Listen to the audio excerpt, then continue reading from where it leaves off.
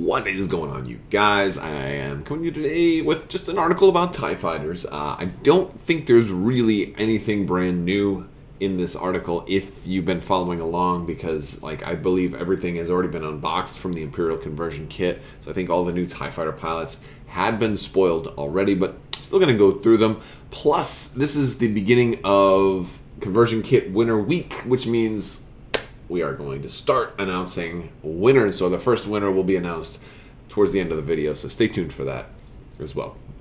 So having had a core set in hand already for our last convention, I did get an up close and personal look at this thing, and it's a TIE fighter. It's a lot like the TIE fighter you already got, but it does have more of a bluish hue to it, and to me it looked kind of like it's in between the gray from the original TIE fighters and the blue from the Gazanti TIE fighters. A little bit more blue, but just a slightly different hue. So if you've got those blue TIE fighters already and the gray TIE fighters, this one's going to be kind of in between, a little more on the blue side. But again, TIE fighters are TIE fighters are TIE fighters, lots of TIE fighters. So we're going to look at the dial here. I don't think really there's been many changes as far as the basics of what the TIE fighter is. You still have those hard-won turns. You've got green banks and green straight, a 3 straight that's green, or blue rather, and you got a 3 and 4K turn. This is coming with crack shot. This is for like the TIE fighter pilot. It's coming with marksmanship as well, and I think there's some guys that'll work well with marksmanship. And you're also going to get the the folks from Star Wars Battlefront 2. So like the whole crew for Inferno Squad is now also coming as TIE fighter pilots as well. So let's start. We're gonna work our way down. So the basic TIE fighter, it really hasn't changed. You've got barrel roll, evade, and focus. You've got 2 attack, 3 agility, 3 hull. It's about the same.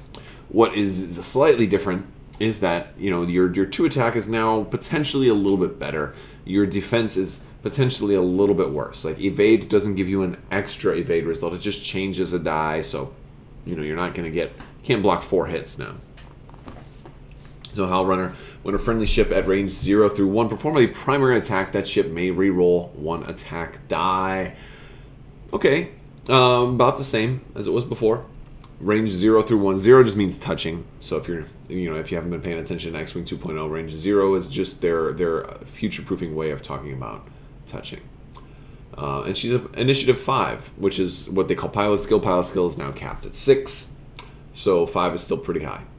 Mauler Mythil is now tied with Howl Runner for initiative, and Mauler Mythil has got basically the same ability. While you perform an attack at range 1, roll 1 additional attack die. So Mauler Mythil's still good, always has been. I mean, he's always been decent. I think he'll be decent here too. Scourge Scudu. Also initiative 5. While you perform an attack against a defender in your bullseye arc, roll 1 additional attack die. Very similar to Mauler Mythil. However, this one works at longer ranges, but a more narrow field of fire. Kind of like 6 of one, half a dozen of the other. This one seems like it would work really well with marksmanship as well. Might be like a natural pair for this juicy little TIE fighter. Gideon Hask. Now Gideon Hask is one of your Inferno Squad pilots. By the way, I do like all the art on all of these too. That cockpit looks really shiny, which is kind of cool, and it's kind of cool seeing all the TIE fighters like docked above. So just very cool looking. While you perform attack against a damaged defender, roll 1 additional attack die. So again, I think these are all abilities I think that we have seen on other TIE fighters, and because we've had so many TIE fighter pilots over the years, between the core set, the TIE fighter expansion, the TIEs that came with the Gazanti. So you've seen a lot of different TIEs, and so some of those abilities are now coming onto more popular pilot names. Del Mico, initiative 4. Again, another Inferno Squad pilot.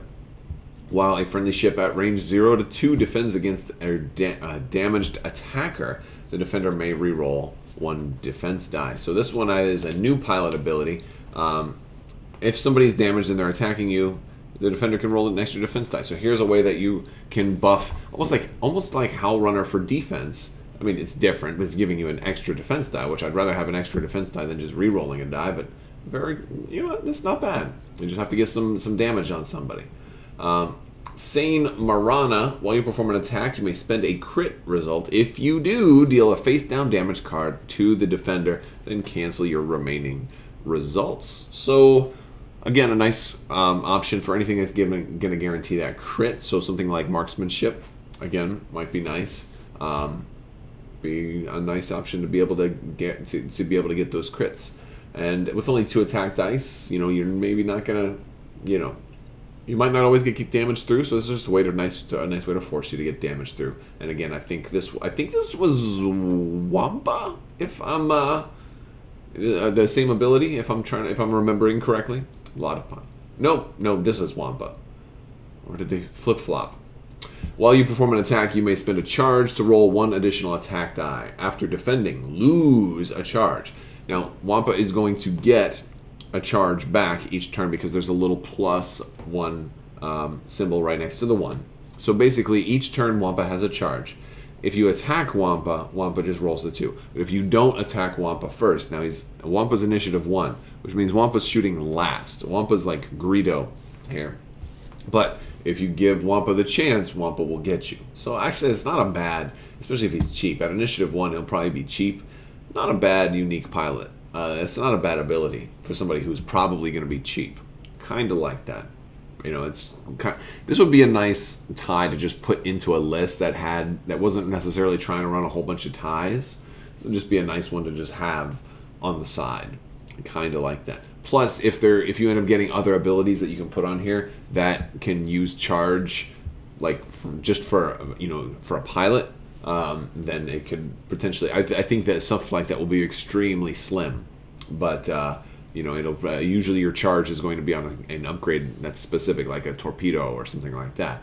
But future proofing, it might be like if there's an EPT that's just like, oh, by the way, if you want to spend a charge, that's not necessarily on this EPT. If you want to spend a charge off of something else, you can do XYZ. That'd be kind of cool.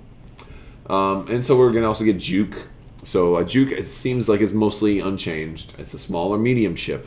While you perform an attack, if you are evading, you may change one of the defender's evade results into an eyeball result.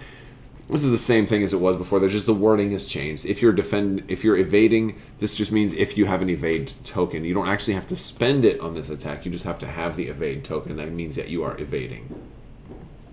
Stealth device.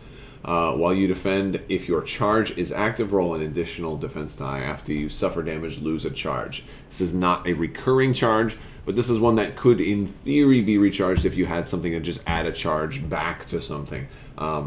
What it's not doing is it's not flipping the card anymore, so you don't necessarily the charge was basically an option for them to say, all right, we don't have to flip cards anymore, because it started to get, I think, a little confusing with like, oh, well, you destroyed this, so flip the card over. But then you also had like double-sided cards, so like could a double-sided card never be destroyed because it would just flip, and then you can flip it back, and this was this, it's just one of the things I think that they're doing to future-proof the game just a little bit better.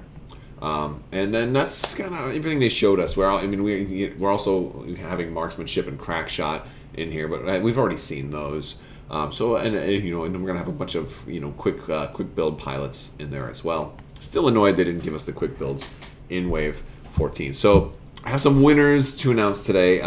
First off, on Patreon, we had a giveaway for some X-Wing promos. Which was like a Gold Squadron, Scimitar Squadron, Black Squadron, and a Han Solo promo. And our winner is Kevin Wack. So congratulations to Kevin Wack, and a big thanks also for being a Patreon supporter. I'm going to be trying to do giveaways every month, at least one giveaway every month on Patreon as well. But that's not taking the place of the giveaways I'm giving to everybody else who subscribes. So if you want to, jump into both camps, then you get twice as many options to win stuff. So Kevin, just message me and give me your contact information so I can get those sent out to you hopefully sooner rather than later. Now, what's next? Oh, well, we have a conversion kit to give away. So hopefully you guys have entered And if you don't win this one, there are still 2 more, so there's still time to get in there and win one of the other 2. So the first conversion kit winner in the form of a Cool Stuff gift card for whatever Cool Stuff is charging. I think it's like 40 something. It's something like that. So basically you'll get a Cool Stuff gift card from me for the amount of a X-Wing conversion kit, which you can use for whatever you want. You don't have to get a conversion kit with it. If you don't, if you don't want to get a conversion kit, you can just use it for something else. Is going to be Christian Jensen. Christian Jensen, thank you so much for, or Christian Jensen, but maybe I'm pronouncing it wrong. But thank you so much for entering. Thank you for being a subscriber. And thanks for watching my videos and your support.